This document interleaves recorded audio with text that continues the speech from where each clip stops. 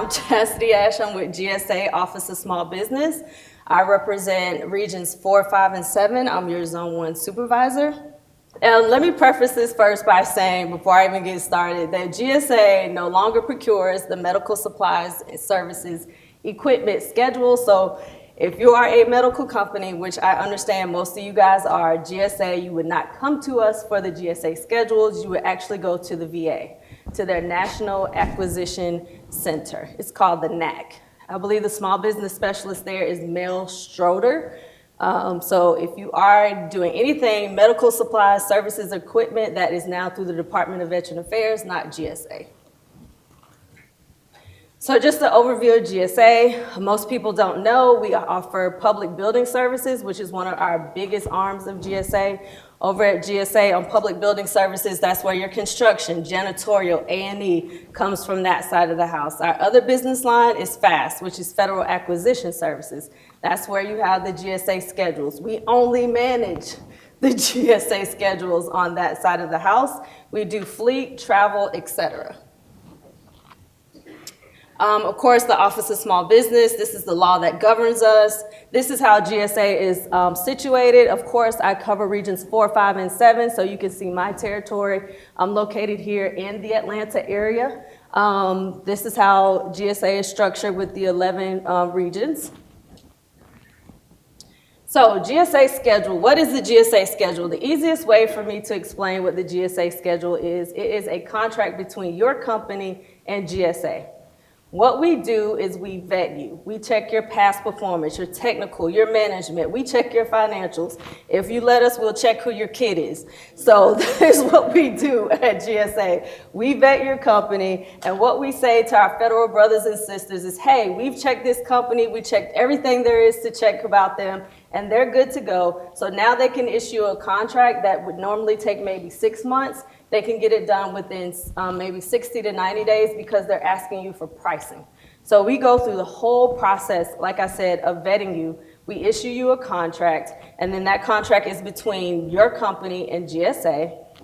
And then after that, you're able to do RFQs, requests for quotes, with other federal agencies by asking for pricing. So we just make it a little bit easier and simpler when it comes to the GSA and the GSA schedules contract. It is an actual contract, so you have to go through the contract review process, which is taking about a year now to complete. So just be mindful, if you're not already on the GSA schedule, it takes about a year to complete unless you're on the IT side of the house, and we'll talk about that a little bit later. That can be done a little bit quicker. These are the categories that we manage, again, at GSA. If you want anything medical related, you're gonna have to go to the VA, but these are the 12 categories that we manage within GSA when it comes to the GSA schedules contract. Here is the prerequisite for it. So you must have 2 years in business unless you're an IT firm. There's no way around that. It applies over at the VA as well. You have to have 2 years in business. You have to have made $25,000 in sales. Like I told you, we check your financials. So we ask for your company's financial reports to see how much money you have made in sales. We do check for your past performance. Again, when it comes to IT Schedule 70, you can eliminate, or there's an exemption for not being 2 years in business, and we'll talk about that a little bit later as well. All right, IT Springboard. So all you IT companies, if you do not have those 2 years in business, we will use your professional expertise that you may have, that you have any key personnel as a substitute for that 2 years in business, but you still have to meet the financial requirements that we have set forth within GSA. This is the website, GSA Roadmap. I asked that you please take a picture of this, because if you want to be a GSA schedule holder, this GSA Mass Roadmap takes you through the process. It says step 1, step 2, step 3, and you can't go past from 1 to 2 until you complete 1. So it's a real comprehensive website that we have. Like I said, it walks you through the process step by step. Step 1, this is what you need to do. Step 2, and so on. All right, the advantages, like I said, about GSA, it's just faster. It's faster for other agencies to get to your product and services quicker. We negotiate your prices through the catalog, So it's just a little bit easier of a process than open market. All right, let's talk about a few strategies on marketing your schedule. So once you become a GSA schedule holder, we ask that before you become a GSA schedule holder that you actually do some form of market research, and that's required as a part of the training to become a schedule holder. But you really need to target to the agencies who are going to buy your product and service off a schedule. You have to remember that the GSA schedule is not a mandatory source. That's per the Federal Acquisition Regulation. At GSA, we can't force another agency to use the schedule. That's on them. So again, just remember, GSA is not a mandatory source, and we do not force any agency to use our schedule. So you need to really target your marketing to those agencies who are going to procure your particular product and services off of the GSA schedule. Coming to events like this, you heard another agency say earlier that they buy professional services, transportation off of the GSA schedule. So again, just understanding those agencies and how they buy is going to be key to be successful with the GSA schedules contract. All right, conducting market research, identifying your target agencies, develop a strategic plan, develop your marketing strategies. For example, if you do your market research, you would know that, like I said, GSA does not do anything medical related. So there's no need, if you're a medical company, to send me your capability statement, because all I'm going to do is send you over to Mrs. Jackson and Miss Miles, because we have no use for your services, just to be honest with you. So again, that helps you eliminate what agencies you need to really target yourself to. But we will put you in the right direction. These are some sites that we ask that you use. GSA e-library, it's very helpful. You can go on there and you can see who your competitors are. I don't like to think of them as your competitors, especially if they're prime businesses that are listed. Those are the businesses you need to be reaching out to for subcontracting opportunities, joint ventures, mentor protege, CTA, contract teaming arrangements. So use the GSA e-library to see who's on schedule, how their pricings are, and so you can see how you can set up your pricing in your catalog once you become a GSA schedule holder and become more competitive in the market that you serve. Also, you can query sales on our sales query site. Plus, you can get to there from the GSA e-library website as well. It'll help you see what's out there, who's selling what, who's buying what, and also usaspend.gov is always a great website for anybody to be on, whether it's open market, a GWAC, or a GSA schedule. USA Spend is a great tool to have in your back pocket. All right, FPDS, Federal Procurement Data System. I'm pretty sure a lot of you have heard of this. If you haven't, please, please, please save this as one of your favorites. This will allow you to do a search to see what agencies buy your product or service. It'll tell you how they buy your product or service. It will tell you if they buy it off a schedule. So now you have a targeted audience of agencies that you now can go through, and you did that market research ahead of time. So on FPDS, you can enter in a keyword, you can enter your NAICS code, and what it'll do is it'll pull up the top 10 federal agencies who procure your particular product and service.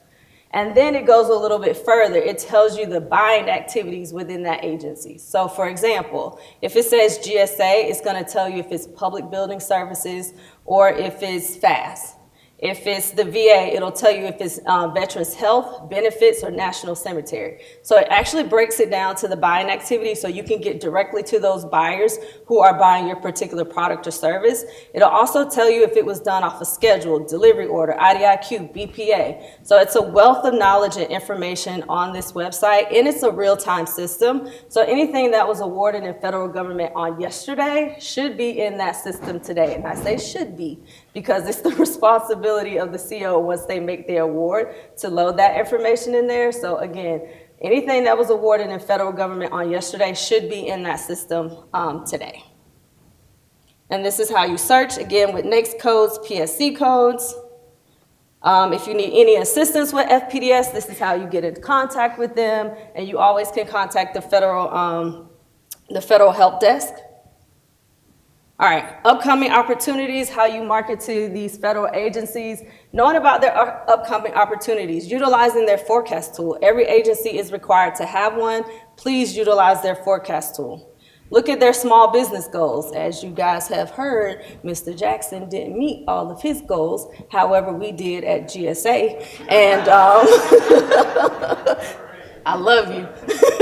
However, we met all of our goals at GSA, or it's anticipated that we met all of our goals for FY22. So knowing which agencies are a little short on their goals, and if you fit that category, marketing yourselves to them. So if you know one agency was a little short on HubZone and you're a HubZone, maybe market yourself over to that agency, as long as you can provide them with the service or products that they need. Doing your competition, budgetary information, knowing who the key players are, knowing who some of the COs are, know who some of the program managers are, know who some of the program analysts are within that agency. So knowing those key players are going to be very key to marketing your schedule, because if that agency is utilizing their schedule and has told their acquisition staff, hey, we're only buying this off of the GSA schedule, then those are the people you need to be with. GSA, this is our forecast tool. We pride ourselves on having one of the best forecast tools in the federal government. Thank you very much. Our forecast tool is actually a living document. So it gets updated, if not every month, every other month. It's not one of those forecasts that some agencies, they just post on October and that's it, that's all you get. We actually update ours again every month, every other month. You can access it from Acquisition Gateway. You can see opportunities from both PBS and FAST. It will also tell you who the contracting officer is who's been assigned that requirement. And what's key about that is you can get to that requirement before it hits the street. So we'll tell you if we're in the acquisition planning phase, if we're drafting the solicitation, if the solicitation's been issued, it'll tell you when we're evaluating the offers. It'll tell you when the contract has been awarded. But what's key there is that you actually have that contracting officer's information. And if it's in the planning, acquisition planning, drafting, you can shoot them an email with your capability statement and say, hey, I saw this on the forecast tool. Here's the listing ID, and I'm interested in it. So you've gotten ahead of that requirement before it even hits the street. All right, the small business scorecard, again, GSA A+ rated for like the last 10 years, toot our own horn. Thanks. Thanks for helping me too. Tips for success, please, please, please. Answer to RFIs and source assault notices. You guys do yourself a great disservice if you do not answer RFIs, requests for information, or source assault notices. That helps the COs determine whether they can set that requirement aside. So if you're not responding, we can't do a total small business set aside. If it doesn't meet the rule of 2, we can't say we can set aside to a woman-owned, HubZone, service disabled. So please, please, please, answer the RFIs and source assault notices. That helps us within the OSDBU office as we're your advocates. So it helps us advocate for you and say, hey, you had 5 small businesses that responded. This can be set aside to a total small business. Attending industry days like you are now, networking with other contractors like Shannon suggested. You saw the primes that are in this room, get their cards. And checking for GSA opportunities on GSA eBuy if you're already a schedule holder. And go through this real quick. Knowing about your pricing, make sure your pricing is competitive and you have a pricing list once you become a schedule holder.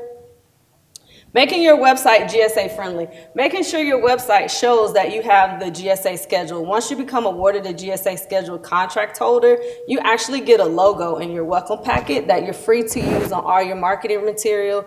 Put it on your website. Make sure other agencies know on your capability statement that you are a GSA schedule contract holder. Make it easy for them to see. Again, this is the logo you'll receive. We ask that you please put it on all your material, only if you're a GSA schedule holder. We have some people using it that weren't, but if you're a GSA schedule holder, you will get that in your welcome packet. We have customer service directors. Again, this only applies to GSA. I'm not sure how it works over at the VA, but within GSA, if you have additional questions, we do have customer service directors, and they can only help you with the GSA schedules contract. All right, these are your other additional resources. This is how you find us. You can just send me an email if you want to do business with another region, and I can shoot it to you. Here's my email address. Sorry that was so fast. It's almost 2 o'clock, but I wanted to make sure you guys got out in enough time. If you have any questions, want the slides, this is my email. This is the Region 4 website, and that's the GSA Office of Small Business website as well. All right, I think I got it done within appropriate amount of time.